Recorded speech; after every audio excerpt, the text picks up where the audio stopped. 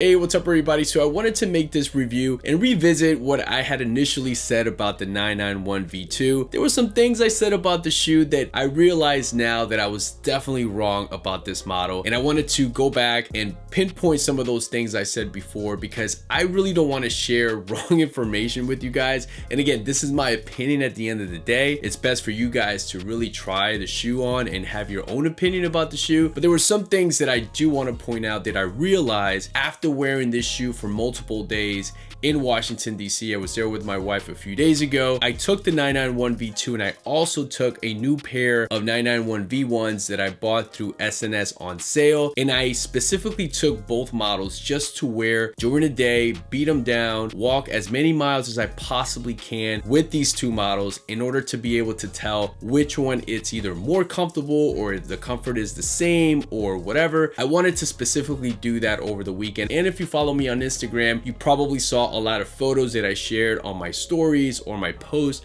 about both models because I was actually testing them out in DC, wearing them as much as possible. I was walking between 7 to 9 miles per day, so I really have good stuff to report here. And the goal of this video is to really highlight how both sneakers look on feet, but most importantly, how the shoes fit and how they feel as far as comfort. So with that being said, let's jump right into it and let's talk about these. All right, so talking about the original 991 V1, obviously if you are a fan of this silhouette of this model, then you're probably gonna pick the V1 over the V2 no matter what. Key things about the V1 that you're not gonna find on the V2 is obviously this elevated heel that you'll find on the 991 is a classic design that really makes this model stand out from other New Balance sneakers because the heel is a little bit elevated and then it slopes down towards the forefoot part of the shoe. That is a unique design of the 991. You may like that or you may hate that, but if you are a fan of the 991 V1, you'll definitely choose this model over the V2. Another thing to point out is one of my favorite things about the 991 V1 is the exposed absorb pods that you find on the midsole. On the V1, they are covered with this clear plastic material. To me, that is such a cool design on the 991 V1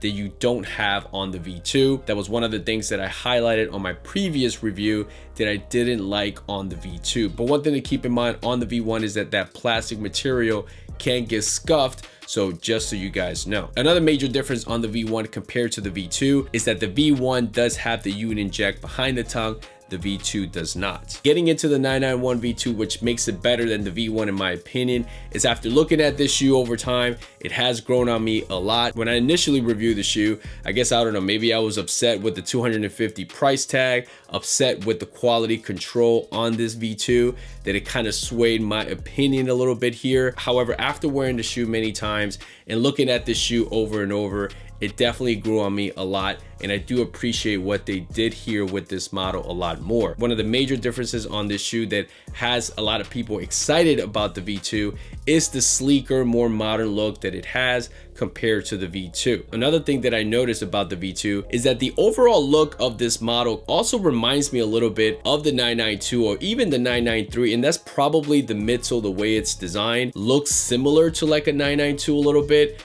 also a 993, and obviously on the 991s you do have that smaller end logo similar to obviously the 991 V1 and of course the 992. So maybe that's why I can see some of the similarities. Also, the toe box area looks quite similar to a 992 as well. One of my favorite features of the V2 is that the gray color on this model is darker than your traditional, you know, gray New Balance colors that you'll find on the general release or the OG colorways. I do like the darker gray on the V2 more than I do on the V1 because it also highlights the details of this premium suede compared to a lighter gray. Also, the tongue on the V2 is definitely an underrated feature or upgrade that you will find on the V2 that in my opinion I prefer over the V1. So let's talk comfort and fit on both of these models, which to me, this is the most important part of the video because this is what I realized, and this is where I was primarily wrong about the V2 comparing it to the V1. When I first reviewed the V2, I initially said that the overall feel as far as this cushioning system with the fuel cell pretty much felt exactly the same as the 991 V1. And that was actually true at the time when you first put them on, but when you actually wear these as your daily driver,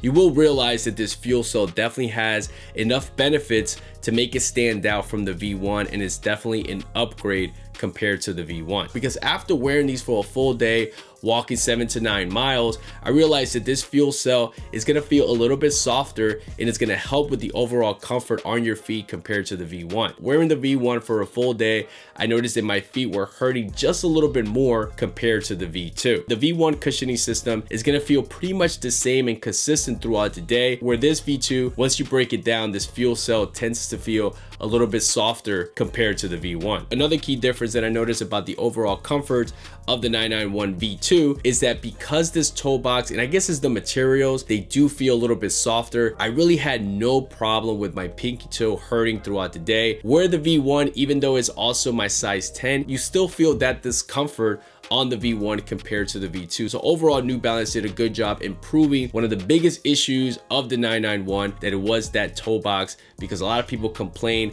that the toe box feels uncomfortable, it doesn't stretch enough, and throughout the day your toes feel a little bit cramped in there and they start hurting a little bit. With the V2, I believe that that problem is solved. You're not gonna find this issue here. And finally, when it comes to the sizing, I was definitely wrong about that, because in my initial video, I mentioned that the V2 felt bigger, which is true. And I was even considering going a half a size down, or I was even considering returning the shoe in general, but New Balance didn't have a 9.5, so I just decided to keep it. I put the shoes on again and I felt like, you know what, they really don't feel that big, so I'm just gonna ride it out. And honestly, that was the best thing that I did, because even though the shoes feel a little bit roomier compared to the 991 in the same size, I think that that additional space helps with the overall comfort, and your toes are not gonna feel crammed in there, and that pinky toe issue is gonna also be resolved, not only with the additional softer materials, but with the additional space. That toe box issue, I believe, is finally addressed here with the V2. All right, guys, so that's it for me. Hopefully you guys find this video useful